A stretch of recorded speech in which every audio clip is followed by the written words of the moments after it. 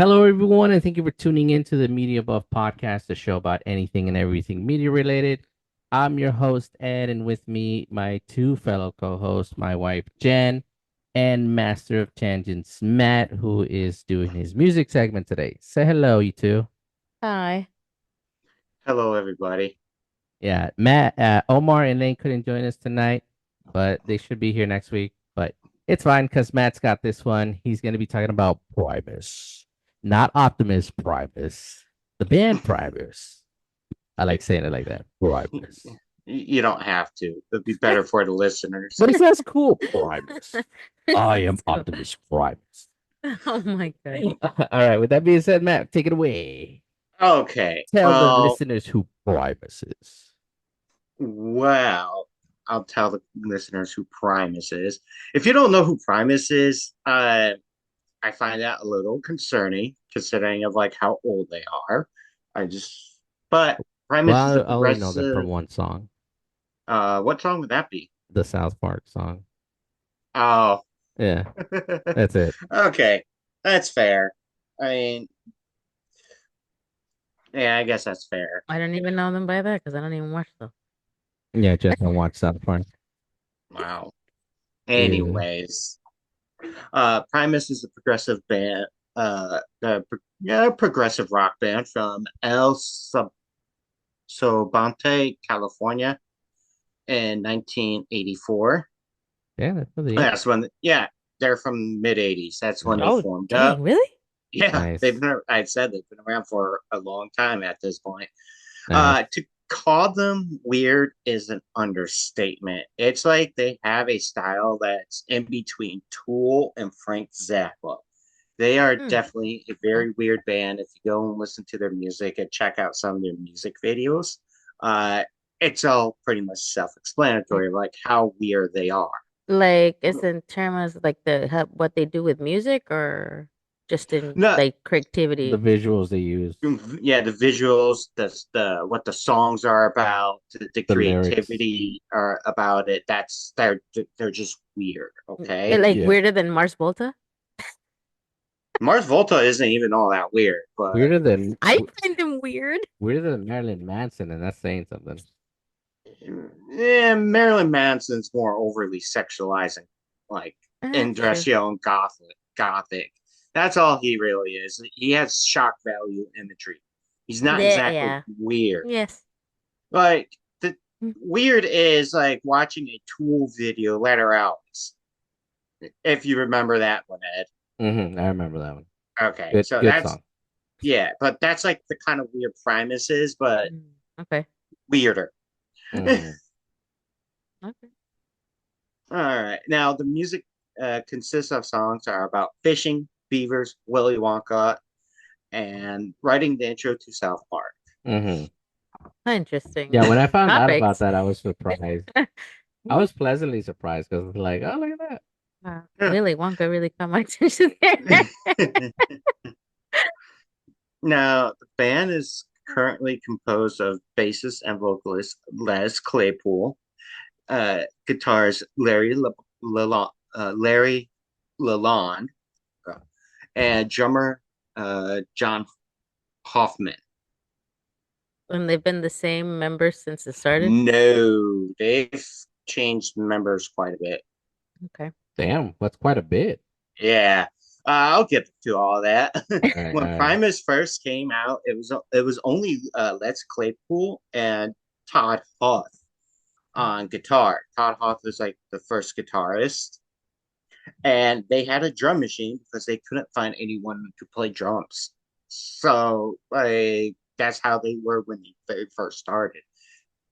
And then later on, Jay Lane joined in 1986. They released their first demo, which featured early examples of songs like Sergeant Baker. To give an example of the success to come, Metallica offered Les Claypool the job to replace Cliff Burton at the time. Because this, like, if you guys know anything about Metallica, and their first bassist, uh, Cliff, he died in a tragic accident in Mm. Sweden Yeah, I while remember they that. were touring. Their tour bus got like flipped over and Yeah, stuff. Yeah, it was a horrible thing, It was and pretty it bad. took a while for Metallica, but that just shows like they were looking at Les Claypool like as a potential, person to replace Cliff. Mhm. But I'm personally glad that he didn't take the job. Not only has Metallica has had plenty of issues with their past bases, but we wouldn't get an incredible band that is still very different from anything else in the mainstream. Hmm. So, like, I am just like I said, I'm personally glad he did not take the job because, like, going back to like with Metallica and like some of the personal issues, uh, I forget the bassist who did replace Cliff, but like on the Injustice for All album, when I think it was Lars and James, but Lars, when he mixed the tape and production, he turned down all the bass. Like you can't hear the bass. There is bass.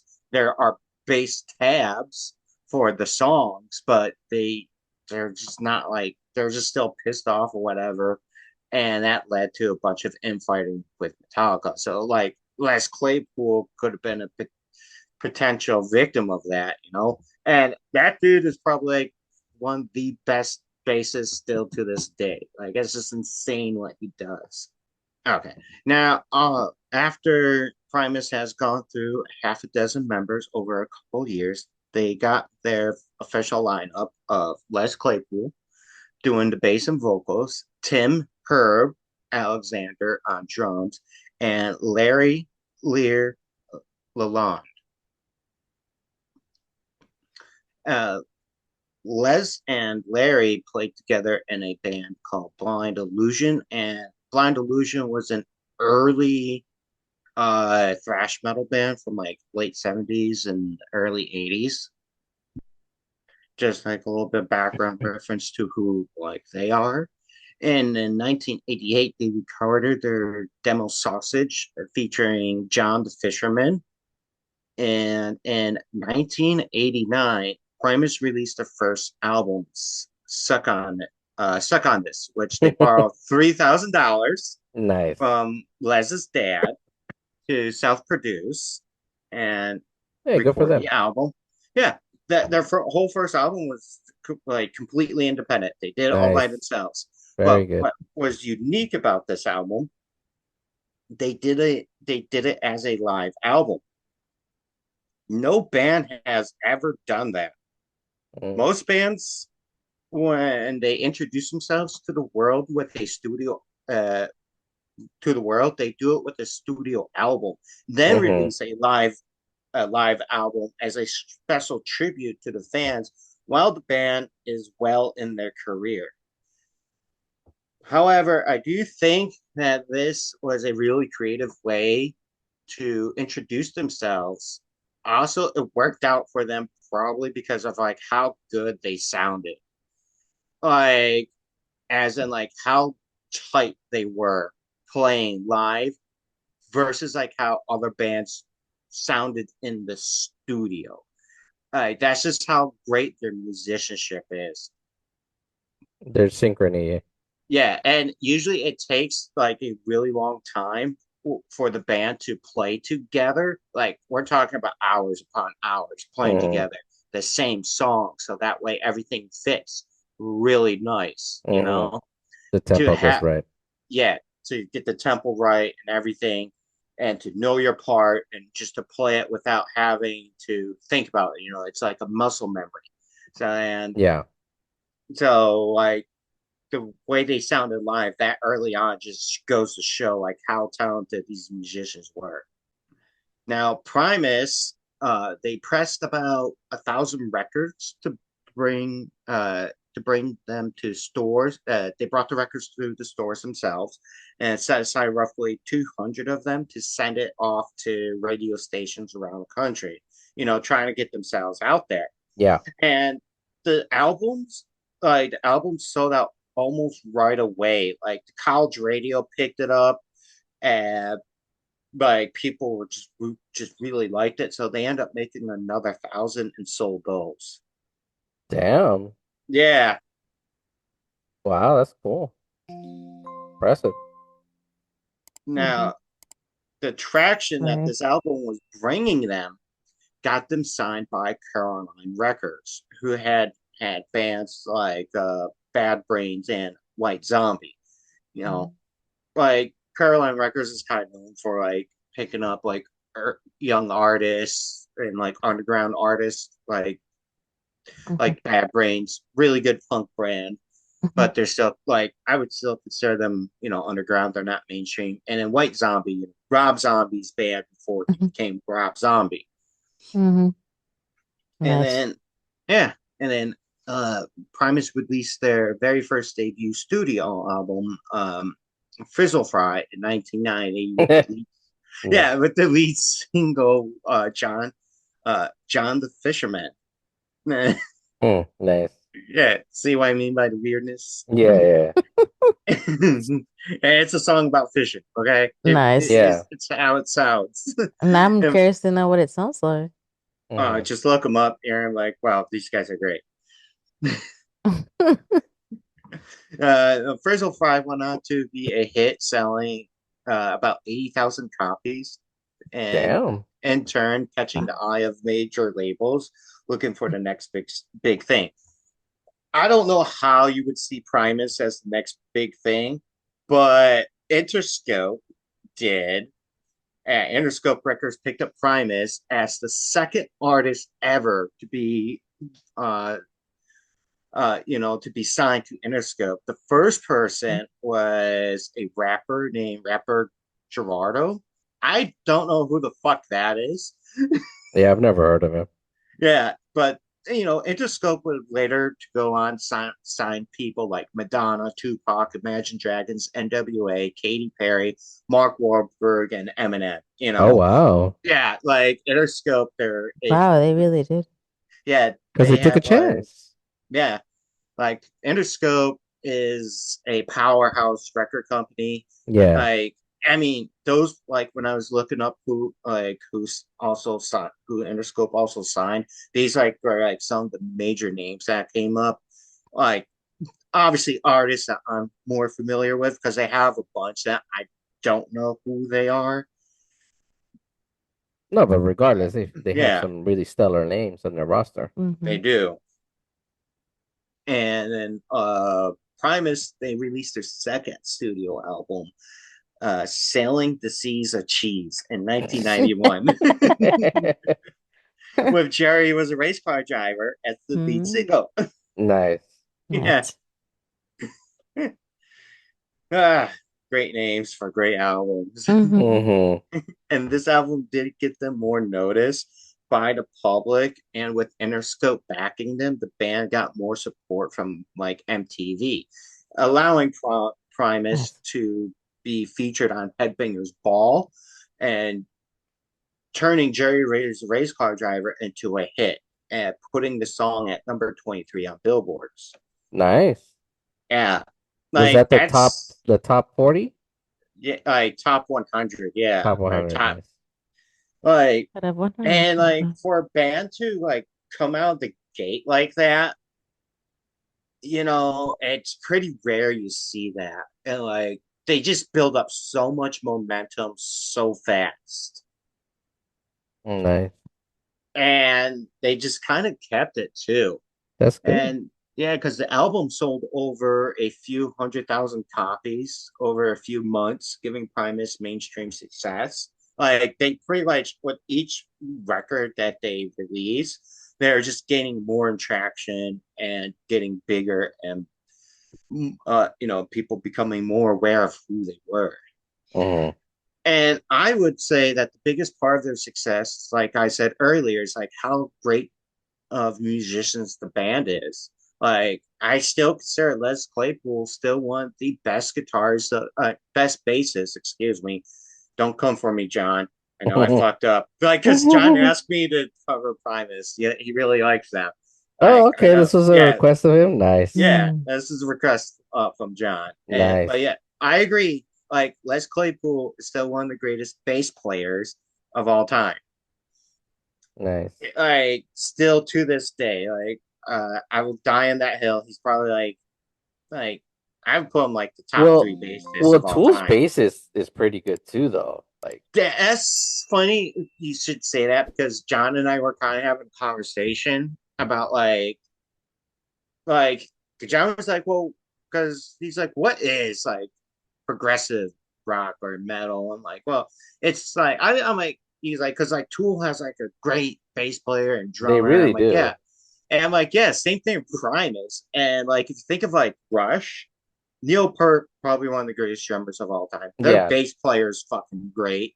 Like most, like I think, like with like what defines progressive rock and metal is what like is not only having like new and interesting like sounds, um, and different things that you put in your songs, and like odd timing signatures, but a really kick-ass bass player and drummer. Mm-hmm. Yeah. Don't get me wrong, It's like because the those are like like the unsung contributors to bands, you know. People don't always like give them enough credit, but dude, a yeah, good bass riff is so good. Like they sound so good, they and do. you can't even play without a drummer who is good on tempo. Because if your drummer is off tempo, that throws It throws the whole everybody's band off. tempo off. Yeah, Yep, throws a whole band off.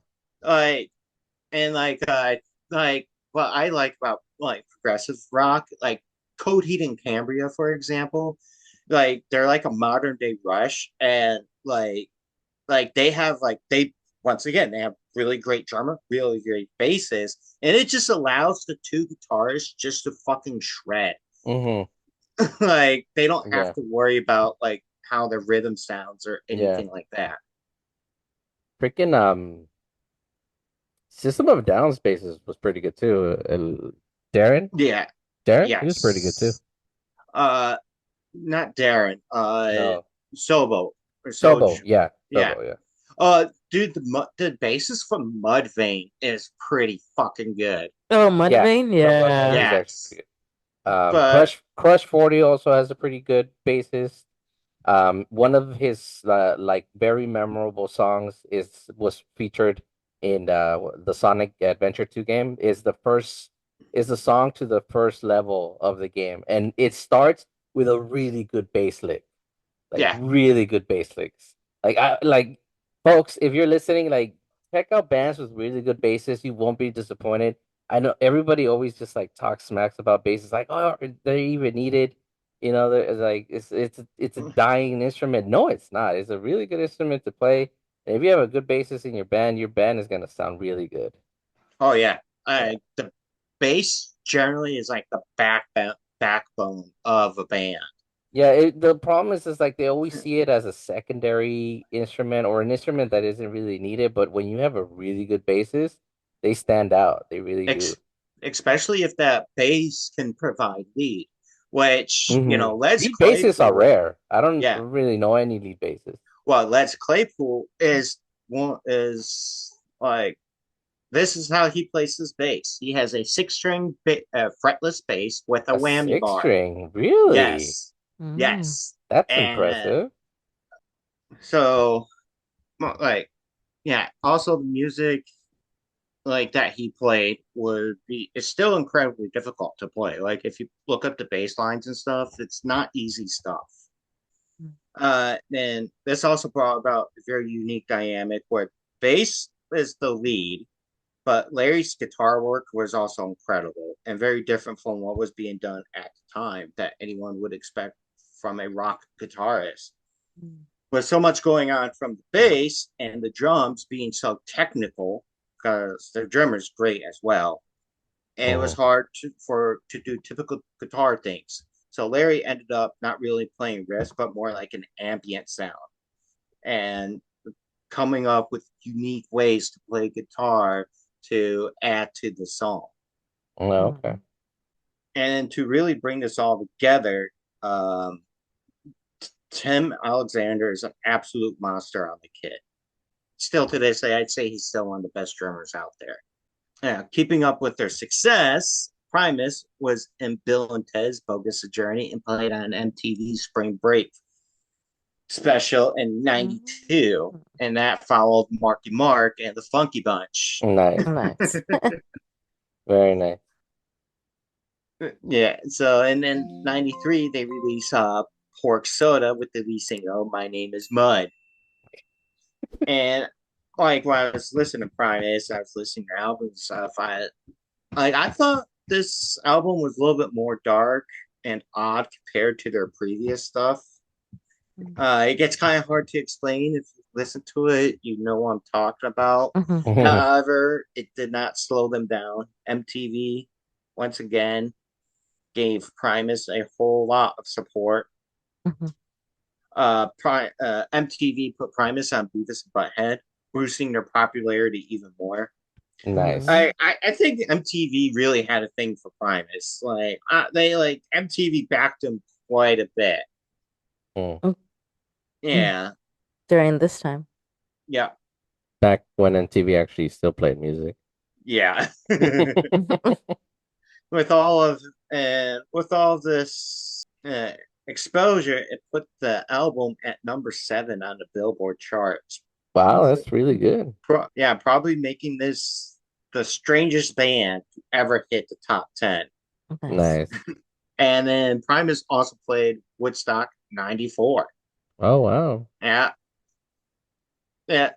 And just like everyone else, they got pelted with mud, which is kind of appropriate if you think about it, considering they have a song called I Am Mud. And then Primus would release their 4th album, Tales from the Punch Bowl, in 95. And the lead single, was called Wiana's Big Brown Beaver. And yes, it's exactly what you think it is. Oh my goodness. Oh wow. And the music video is the one where they're all dressed up in nightmare fuel plastic cowboy costumes. What the frick? Wow. Yeah. Interesting. And now the song title and lyrics did get them into some hot water with MTV.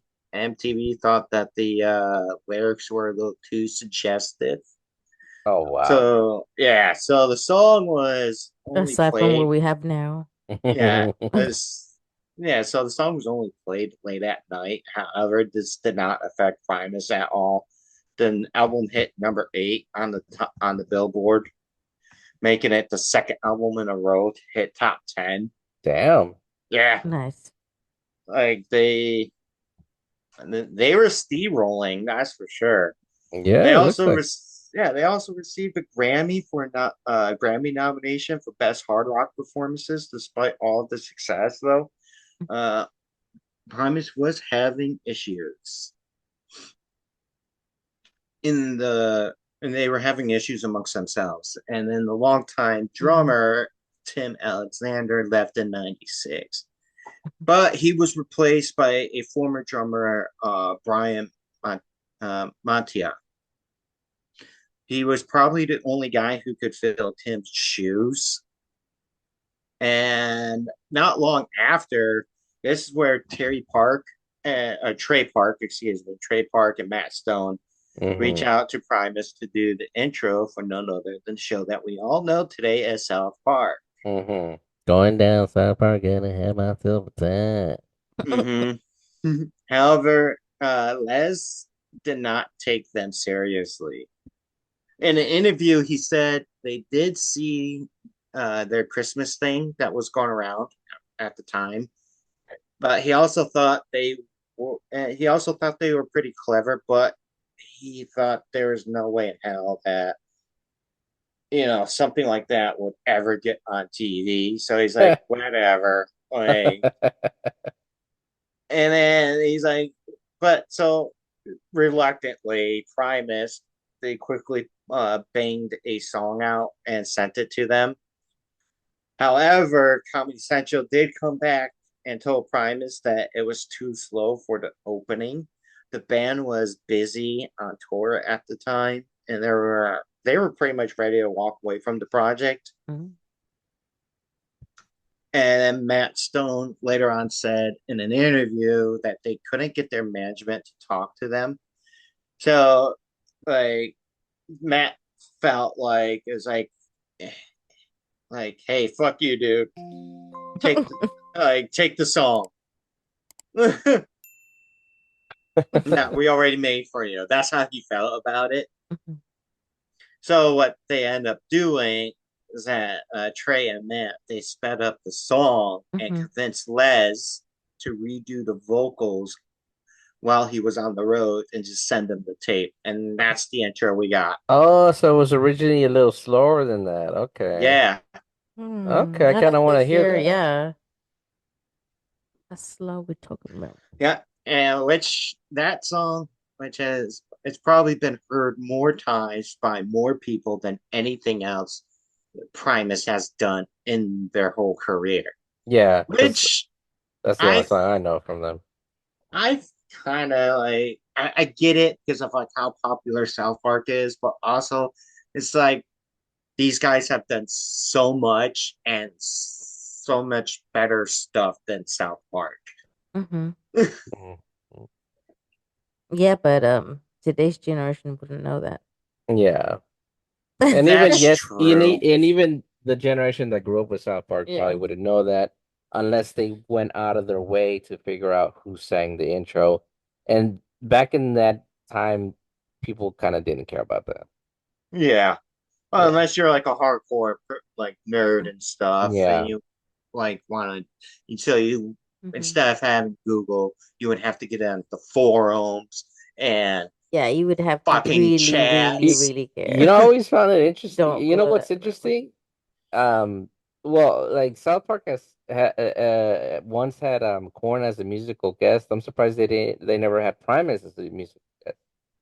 I They might have had Primus as a musical guest, but in my research, like that didn't really come Okay. up. But maybe if we ever do a South Park thing of like musical guests Oh, or like I think it's just been Korn. no, they had Robert Smith from The Cure on there. Yeah, but did he Oh. sing? I don't think he sung, but Yeah. like that's still like I like I mean, it counts, I that's guess. Yeah. it does like it's a cameo from Yeah. Robert Smith of The Cure. Hmm. Yeah, because they also who did they have? They have quite a few people like art, artists and other celebrities, voice themselves. No, I Like know that. I know Robert Streisand. that. No, but keep going, man. Keep going. All right. But in '98, they released the Brown album with the lead single "Shake The Hands with hell? Beef." Yeah, "Shake Hands with Beef." I've heard Stranger. Yeah, this is more like tongue in cheek, kind of weird, but still pretty weird. Hmm. Well, I mean, uh, there's really weird titles out there, and I mean weird. Yeah, Yeah. like there's But this band called Butter Our Bread. Thank you for buttering bread or some Oh shit my like that. goodness. that Yeah. is a ton. I, But you would like, have and there's also, dude, like, I never in my life had ever heard like a song by the name Detachable Penis. Oh yeah, I forgot about those guys. the detachable I penis. forgot about those guys. It was so funny. uh, or And handlebars. then you have Weird Al and all of his weird titles. His Yeah. name is in the title. Okay, Yeah, Yeah, weird. that's what you that he's telling you what to exactly. expect. Yeah. But that just goes to show you that weird is usually perceived pretty well. Hmm. Like True. that's why more people should let their freak flag flow, you know? Hmm. Fly. Fly, The thank you. freak. Yeah. Yeah. But also like what I think that really helped Primus gain a foothold and like get the popularity that they did was also like you gotta remember this is like mid '80s, early That's '90s when true. 80s was weird. but it's not just that, It but was a weird generation. you had bands like Faith No More and the Red Hmm. Hot Chili Peppers That's coming true, yeah. out. They were coming out, and so like kind of like this funk rock, funk metal, Hmm. like groove type of stuff was popular, but also with the huge success of like Nirvana as Hmm. well, like because you know uh, like Nirvana was hugely like fucking popular, Hmm. and they changed the culture, and like they kind of made it so like anything alternative was a lot more accepted by the mainstream. Yeah, yeah. And And people, like I so said, people were just more open to the weird stuff back then. I mean, yeah, that's true. they still are now, but like even more so back then, you know. You know, you had Eminem who was constantly singing weird ass songs. I know he started in the 90s, but you know, it was during Well, the he time was where things were more into like it's like rain. And then here well, comes this white boy. well, But no, that's cool that you know that they were true to themselves. They let their freak flag fly, and they paid off. yeah, but also like it was just something very different as well. And I think we get something so different from what's being played, like people gravitate towards it more because like, wow, this is completely different. This is new. This is fresh, and it's good. Because like if you're like different and you're trying to be fresh, but you suck, Hmm. you're Not gonna be perceived well, yeah. yeah, Yeah, you're not gonna be received well. the 80s was also a time where you know like the word poser was being thrown around like crazy, and you had you know SLC punks, and you had everybody wanting to be British for some reason. And then you had It's a lot of people, 80s you music know, the came Rage came Against the here. Machine era, and everybody not wanting to be a conformist. I'm doing air quotes. Hmm. So Well, it was a great. I feel like they did a good job at coming out at the time that they did. yeah, Had they waited like 5 or 10 years, it might not have worked Hmm. out so well. that might be true. A Yeah. But lot of simple pop. yeah. Yes. A But lot in of synth pop, 98, a lot of girl bands, a lot of like it's like rain.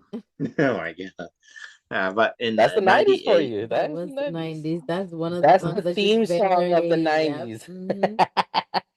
That and not my theme song. that and I don't know. But yeah, keep going, man. Keep going. In 98, oh, I already said that. Never mind. You guys got me fucked up. Sorry. Sorry. Okay. But going back to the Brown album in 98, Okay. um, it kind of has like more of a fuzzy lo-fi take on their sound from like other stuff they've done. Well, they had to evolve, you know. They couldn't Yeah, stay the they same. did. And but the following year in 1999, they released Antipop, and the lead Mhm. single off of that was Lacquerhead. And this album had definitely more of a new metal sound to it. And it was Oh, also a very okay. interesting experiment for them. They brought in a variety of musicians as guest producers, like Fred Durst Oh, from Limp Bizkit and Mm-hmm. Tom Morello from Rage Against the Machine. nice. Right. And like for some reason, Matt Stone from South Park, Really? yeah, like Wow. they decided to work with him again. And it even Well, I think had like Matt Stone can play an instrument. I think he can play. he might. I Uh, I know enough about Matt Stone and Trey Park, but like I would have to definitely do a lot more research to like yeah. be able to confirm that. Mm-hmm. But he even had like features like from James Hetfield or Metallica, Yeah. and then Jim Martin, who was the guitarist in Faith No More. So Mm. like they collabed with quite a few people, and but around this time the band was pretty much running on fumes. They ended up taking a very long break. And this is how Les Claypool put it when in an interview. He said, "We went on a hiatus, which is a fancy way of saying we just don't like being around each other. We want to break up, but we don't have the balls to act.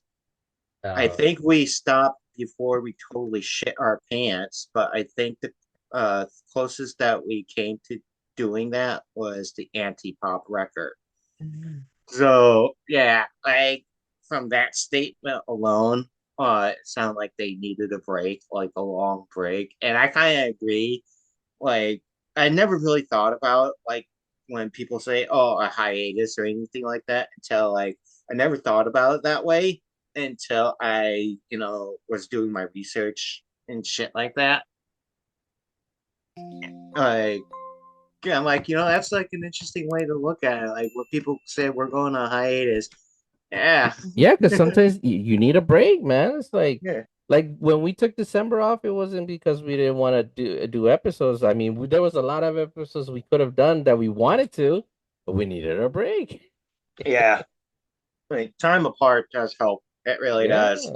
Yeah, it staves off burnout. It refreshes you so you have better ideas. We were able to come up with a new structure for our show, so it It definitely def helped us. Yeah, it also helps with infighting and stuff. Hmm. You know, Yeah. so Yeah, hey, so if yeah, sometimes a hiatus works. Sometimes yeah, and other bands have done it. System of Down went on a brief hiatus. Linkin Park went on a brief hiatus. Hell, Tool went on a brief hiatus once.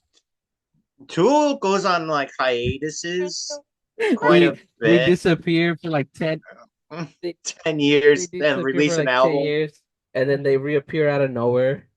It's like they're a myth. It's like they were never here. But then James Maynard, the vocalist, is doing like six other side projects. Yeah. Well, he's a music producer, so He is, yeah. like, yeah, like what he has, what a He has a perfect lot of hats. circle. He wears a lot of hats. Yeah. He does Pussifer. Those are his two other bands. Yeah, I forgot about Pussy Uh, Fire. he has fucking yeah. He does his jujitsu and like I think Nice. he owns a winery. Oh Oh. yeah, that's true. Hmm. I think I Yeah, saw it in this one show where they show people just like having wine with people you just never understood, like would never realize are wine connoisseurs. Like they featured wrestlers, they featured rock band members, and they show their yeah, wine cellars, and they're tricked out, dude. A lot of these guys are pretty interesting wine connoisseurs. yeah. It's interesting to see that. Hey, if Dan Aykroyd can have a vodka company, James Maynard Keenan can have a wine company. All right. Hell yeah. Snoop Dogg has one Hey too. man, gotta make yeah, Snoop has his own wine. A lot of people get Oh into yeah. wine. A Hmm. lot of people Yeah. get into wine. Except for Chris Evans, who I think went into dog food. Chris Evans went to Dogwood. Interesting. Yeah, I know there's an Yeah. actor because they made a joke. Hmm. I'm pretty sure it's one of the Marvel actors. Hmm. They made the joke. It's like, yeah, everyone else gets into alcohol, but for some reason, I went to dog food. And Elon Musk went into not vodka, tequila. And Of course, he did. the funny part though is that he bought like one of the cheapest tequila you can imagine. He just slapped the Tesla name on it and it sold out. And it's sold for like $1,000 a bottle. It's That ridiculous. is Well, horrendous. that's brand recognition right there. I want to say that Mark Wahlberg purchased a tequila as well. I Yeah, Yeah, think he I came think he out with did. one. I think he Oh, did and too, right? I think Gordon has a tequila. I Does he? think he has an agave tequila. maybe. I mean, it wouldn't surprise me if Yeah, he well, man's a did. drinker. Yeah. Yeah. Long tangent, long tangent. Mhm. Keep Yeah. going, Matt. Finish up. Now, Primus they did reunite in 2003, and they reunited with Tim. He came back into the band, Mhm. and they put out an EP and a tour, Mhm. and they released uh, well, excuse me, after they released the EP and they were touring, they remained active throughout the 2000s, but they didn't really put out any new music. And then Tim quits yet again. And I think he just wasn't feeling it or whatever, and he's just kind of like over it.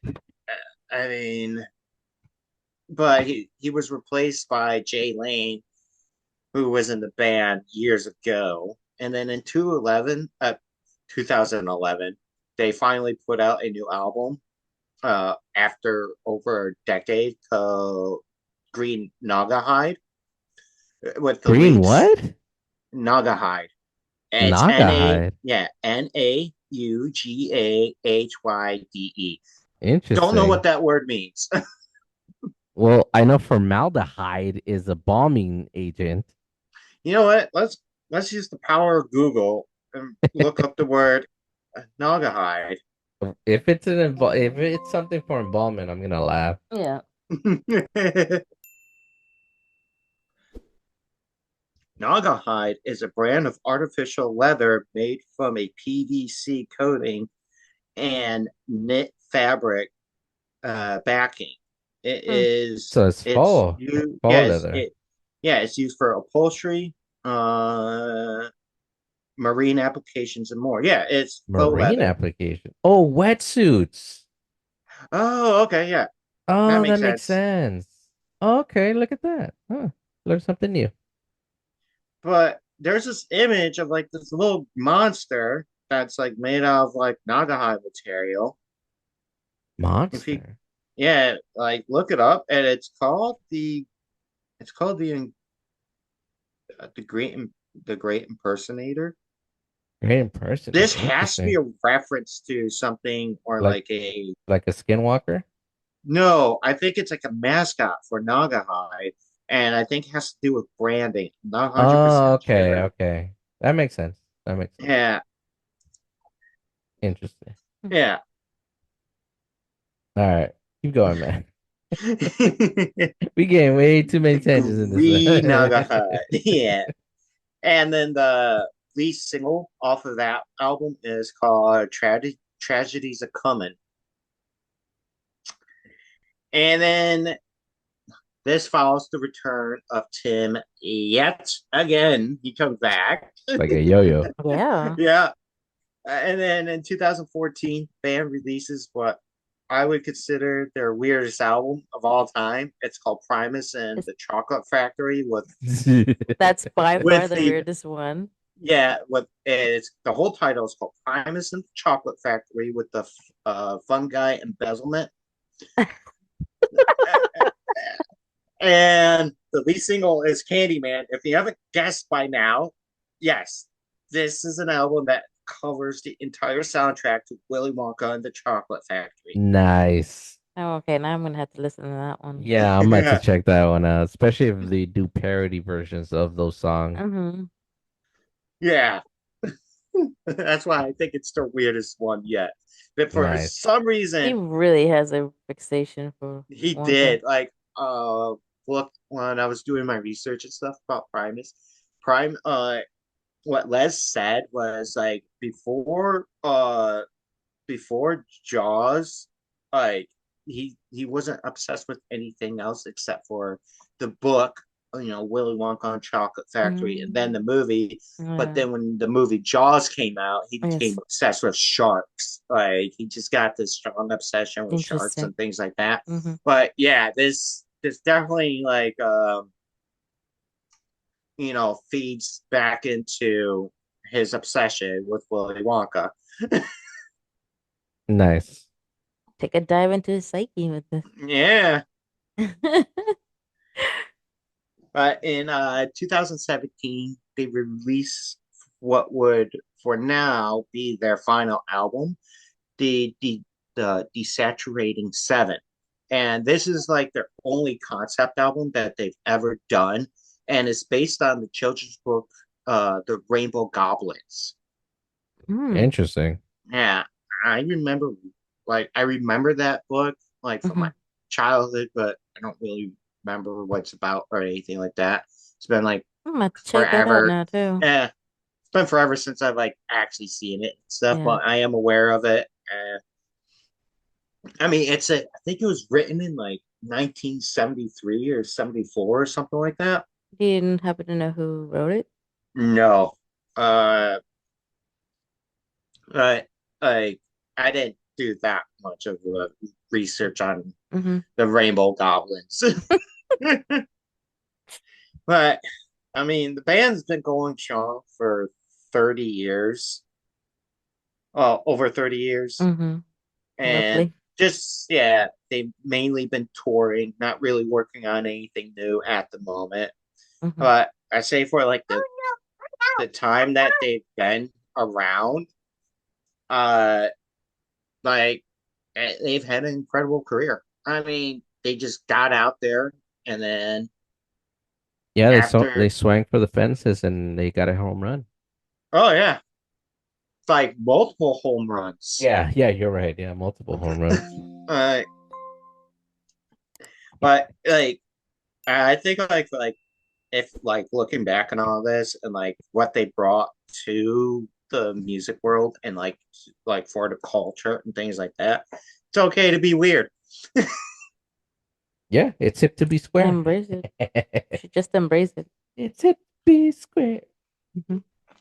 Especially because I think that gives more creativity, you know? That's Being true. weird Yeah, just expands your creativity. yeah. And everyone's a little weird in their own way. Yeah, I Like mean, there's no right or wrong way to be weird, Mm-mm. and that more people should be true to themselves within. I mean, uh, Within reason. within reason and within limits. If your free flag is wearing people's skin, maybe keep that one Well, under I wraps. say as long as well, you're if not you're harm yourself or others, I think you Yeah, should be yeah, all right. if your freak flag is wearing people's skin, you need to be locked up, and yeah, like that's what I'm saying. Like that's within like limits. That's that's not my freak flag. I'm just saying. Are you what's trying his to tell name us you're Hannibal from. Lecter's cousin? No, it Heck is from no. Science of Lance. Wild Bill or something like Yeah, that. Wild Bill.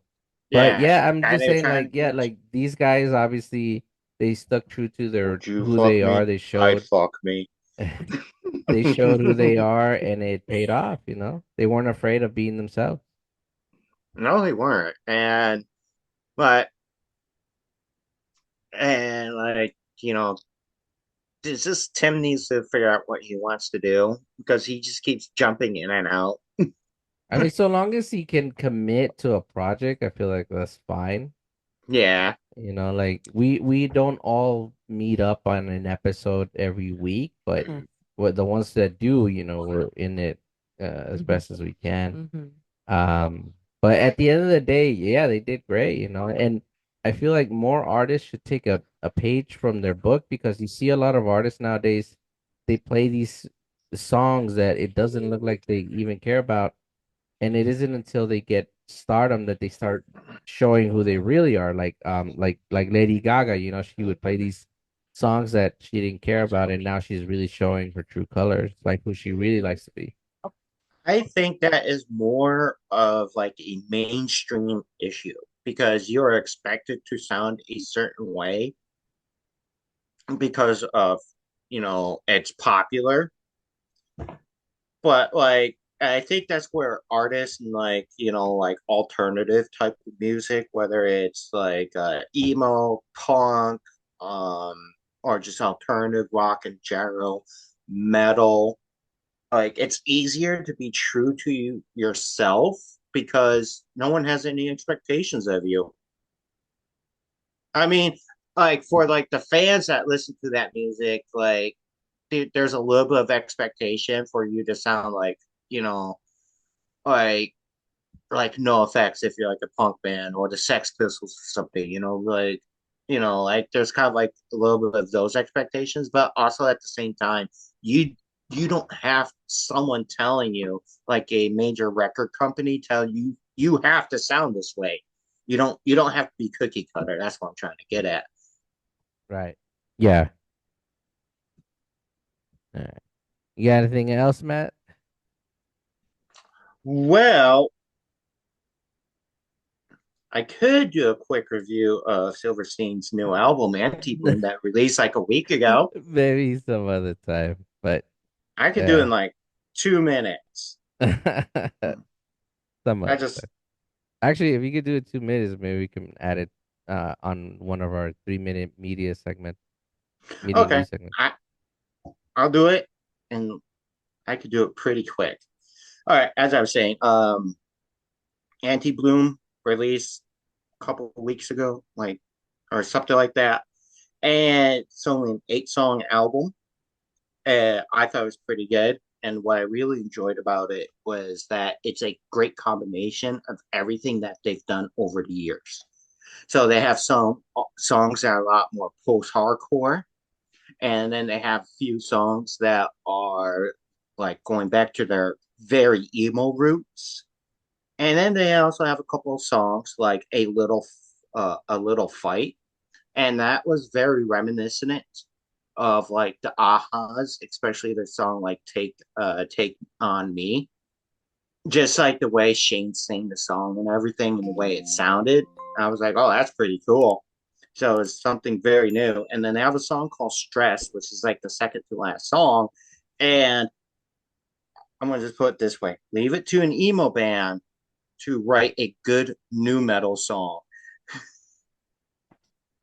And if you like Silverstein or like and been a long term fan, I feel like this album's definitely for those fans. But also, if you're not really familiar with who they are, still listen to them. All right. I'll cut that out and put that on the 3 minute review for probably Monday. No, I could probably do it tomorrow. All right. Let's wrap it up, man.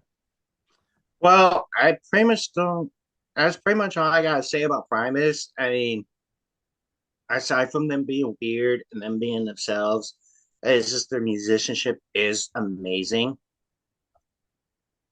And so like I see like a bunch of like people playing guitar and TikTok, drums on TikTok or Instagram or whatever, and and they're doing stuff with the drum kit and the guitar that you thought would never be possible, right?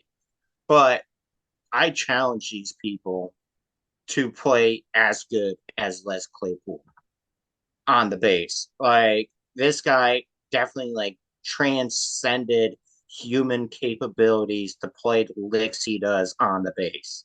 Nice. And like that's I think that's what like because I knew who Primus was before South Park. Well, actually, I didn't know that they did the song to South Park until like a few years later. But I've like early on, I pretty much knew who Primus was, and I've always enjoyed them, and I've always like just had mad respect for their basses. Like that dude was, I'm like, oh, this guy's like fucking insane. Like, why don't more Hmm. people play like this? And it's like, well, that's why it's because it's fucking insane, and that's like really hard to play. Mhm. Nice. And also goes to say, like, that shows his passion for, Mm-hmm. that instrument and in general, like the band. Nice. Yeah. He So definitely has passion for his craft. Nice. now I do have a quick announcement, and that is for the next music segment that I do, it's going to be about the Bloodhound Gang. Oh my gosh. And John requested that he's on that episode when we do it. Okay. Like, because he loves the Bloodhound Gang, and I like the Bloodhound Gang. They're a great band. Fuck anybody that disagrees. I only know one song. That's Sex, big sex. it. Oh wow. Yeah, I think that's the only song I listen. Yeah. That's all their songs. All their Yeah. songs is about fucking. Yep. It pretty much, but I mean, is it really different than anything today? Mhm. For real. Yeah, but the way they did it, it was funny. Yeah. Very straightforward. I think anything that we grew up listening to that was mainstream was about that. Yeah, looking back at it, yeah, our songs are pretty raunchy. The songs we listen, like we're criticizing today's music for being too raunchy. Our songs were raunchy. Yeah. Yeah. There's Mhm. what the difference between then and now is Mhm. that now there's no creativity to it. There's no subtlety to it nowadays. No, Yeah. it's just Like we had nope. innuendos and stuff like Yeah. that. Well, I don't Oh, know about in the windows. Well, yeah, I guess I so. mean, sometimes they But straightforward, like like Luda, Adidas, the song Adidas, like all pretty day long I straightforward. dream about Yeah. sex. Or like fucking Foxtrot uniform Charlie Kilo. It's Yeah. like in FEZK. military, Yeah. mhm, yeah, FUCK. Fuck. Yeah. yeah. Like and then Yeah. in one of the lyrics in the song from Bloodhound Gang is I want to put my red rocket in your ham wallet. Yep. I remember. Yeah. That's not very subtle, No. but the way they say it, it's hilarious. Yeah. Yeah. Yeah. All right. Well, tune in for that episode, folks. It'll probably be the third week of March. the third Yeah. Sunday of March, because uh, we're, like mentioned before, the only reason we're doing the music segment at the end of this month is because Matt wasn't quite ready with it. But Well, I got the weeks did you want to swapped keep it on the around. fourth week of the month, or you want to go back to the third? Uh, Either or is good for Okay. me. Well, I mean, we'll Well, we'll announce it beforehand. So Mhm. either way, yeah, folks, thanks for tuning in. That's gonna do it for this episode of Matt's music segment. We hope you enjoyed it. We hope you like Primus. If you don't, listen to them. As always, if you're on our YouTube channel, please leave a comment, like, and subscribe. You can reach us on Instagram at the Media Buff Podcast. If you're on Spotify, like, follow, and leave a comment as well. Shout out to John for suggesting an episode. Just goes to show you, if you hit us up and you make a suggestion, we will genuinely consider it. And if we all like it and agree on it, we will definitely do an episode on it and we'll give you a shout out. yeah. Yeah. Or like we don't exactly have to agree on it. I think if it's like an interesting enough thing, we'll Oh do it yeah, for sure. anyways. Yeah, definitely. And as always, make sure to check out Maono if you want to sound as clear and good as we do. Right now they have a lot of new items, and if you use code word MediaBuff, you get 10% off that first purchase. If you want to, you stack it with any sales going on, the code does stack with most of them. And yeah, they're a great product. We really do stand by them. We're not Mhm. sponsored by them, but we are affiliated with them, and we really do stand by them. So definitely check them out. As always, thank you again for tuning in. We will talk to you next time. Everybody say bye bye bye. Wow. Bye, everybody. Have a wonderful time. That time the Primus wrapped up. Adios, muchachos.